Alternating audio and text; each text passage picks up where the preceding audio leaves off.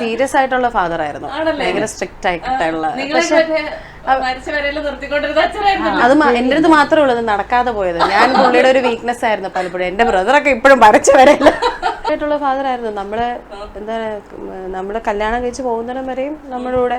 പപ്പ ഇവിടെ full time ഇല്ലായിരുന്നെങ്കിൽ എല്ലാം അമ്മയുടെ കൺട്രോളിലായിരുന്നല്ലോ. എന്നാലും അവിടെ സെറ്റിൽ നിന്ന് വിളിക്കും, വന്നോ അവള് കോളേജ് വിട്ട് വന്നോ, പിന്നെ ഇതിന് പോയോ അങ്ങനെ പോയോ എല്ലാം അന്വേഷിക്കും. എല്ലാം ഈ വീട്ടിലെ എന്ത് സംഭവങ്ങളാണെങ്കിലും ഇല അണങ്ങിയാലും അറിയും. എന്ത് പപ്പ അവിടെ ഉണ്ടായിരുന്ന പോലും ഈ പറയുന്ന ഇലക്ട്രിസിറ്റി ബില്ല് അടക്കാൻ പോലും ഈ പറയുന്ന പപ്പ എവിടുന്ന് അമ്മ ഈ പറഞ്ഞ ഒരു ബേബി ശാലിനി എന്നായിരുന്നു സെറ്റിലുള്ളവർ വിളിച്ചോണ്ടിരുന്നത്. അമ്മയും പപ്പയും കൂടെ പോകുമ്പോ അമ്പിളിച്ചേട്ടന്റെ ബേബി ശാലിനി പോകുന്നു. കൽപ്പനാന്റെ എപ്പോഴും കളിയാക്കും, അച്ഛനും മോളും പോകുന്നുണ്ടോ അല്ലേ കൊണ്ടുകൊണ്ടിരുന്നു. കൽപ്പനാന്റി ഇതാ വരുന്നുണ്ട്, അമ്പിളിച്ചേട്ടന്റെ ബേബി ശാലിനി വരുന്നുണ്ട്. അമ്മയ്ക്ക് ഇച്ചിരി ഷുഗറും കാര്യങ്ങളും ഒക്കെ ഉള്ളത് കൊണ്ട് രാവിലെ ഈ പറഞ്ഞ പോലെ ഇൻസുലിൻ എടുത്തില്ലെങ്കിൽ ഒരു അമ്മ അറിയാതെ തന്നെ പുള്ളി 2-3 ആപ്പിളൊക്കെ എടുത്ത് അമ്മയ്ക്ക് വെച്ച് അങ്ങനെ ഭയങ്കര കെയറിംഗ് ഒക്കെ ആയിട്ടാ കൊണ്ടുപോകൊണ്ടിരുന്നത്. അവസരമായി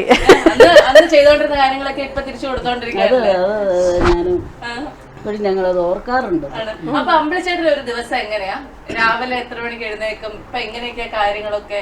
ഇപ്പം എന്ന് പറഞ്ഞാൽ ഇപ്പോഴത്തെ അറിയാമല്ലോ, ഇപ്പം നമ്മളെല്ലാം പപ്പയെ നോക്കുന്ന ഒരാളുണ്ട്. എന്നാലും പപ്പ ഒരു 6 മണിക്കൊക്കെ എണീറ്റ് പപ്പയുടെ പ്രാഥമിക എല്ലാം കഴിഞ്ഞിട്ട് വന്ന് ബ്രേക്ക്ഫാസ്റ്റ് അവിടെ ഇരുന്ന് കുറച്ച് നേരം പേപ്പറൊക്കെ നോക്കും. പിന്നെ ബ്രേക്ക്ഫാസ്റ്റ്, മരുന്ന്, പിന്നെ ഒരു 11-12 മണിയാകുമ്പോഴത്തേനും ആ ഒരു സദാശ ഉറക്കമൊക്കെ വരും. പിന്നെ ഫിസിയോതെറാപ്പി ഉണ്ട്. ഇടയ്ക്ക് കുറച്ച് നേരം TV കാണും. ഇപ്പൊ അങ്ങനെ ഒരു ലൈഫ്. 8:30 ആകുമ്പോഴത്തേനും നമ്മള് ഡിന്നർ ഇപ്പൊ കഴിച്ചും ഇങ്ങനെ ഒരു ഇരിപ്പ് ഇങ്ങനെ കൂടുതലായിട്ട് 9 8:30 ഫുഡ് ഡിന്നർ കഴിച്ചു കഴിഞ്ഞാൽ പിന്നെ ഒരു 9 o'clock ആകുമ്പം പപ്പ കിടക്കും അങ്ങനെ. പക്ഷെ പണ്ടും ഭയങ്കര ചിട്ടയോടെ ഉള്ള ലൈഫായിരുന്നു. രാവിലെ എനിക്ക് 5 o'clock എണീക്കും. അതിൽ വർക്കില്ലെങ്കിലും ഉണ്ടെങ്കിലും പുള്ളി എത്ര ലേറ്റ് ആയിട്ട് ഷൂട്ട് കഴിഞ്ഞ് വന്നാലും 5 മണിക്ക് എണീക്കും. എക്സസൈസ് ഒക്കെ അന്ന് എക്സസൈസ് ഒക്കെ എത്ര ലേറ്റ് നൈറ്റ് വന്നാലും രാവിലെ വെളുപ്പിന് എന്റെ എക്സസൈസ് പോയി. അതുകൊണ്ടാണ് ഇത്ര സുന്ദരനായിട്ടിരിക്കുന്നത്. ഷുഗർ അങ്ങനെയൊന്നും ഇല്ല. ഒരു ശകലം പ്രഷറുണ്ട്, അത്രേ ഉള്ളൂ. വേറെ ഒന്നും ദൈവാനുഗ്രഹിച്ചു. സുന്ദരൻ എന്നൊക്കെ പറഞ്ഞാൽ ഞങ്ങൾക്ക് ഇപ്പോഴും ഇഷ്ടമാണ്. സുന്ദരനാണ്, ഗ്ലാമർ ആണ്. ഇപ്പോഴും ആ ഒരു പുള്ളി ഒരു ഫുൾ റൊമാൻറ്റിക് മൂഡിലാണ് എപ്പോഴും.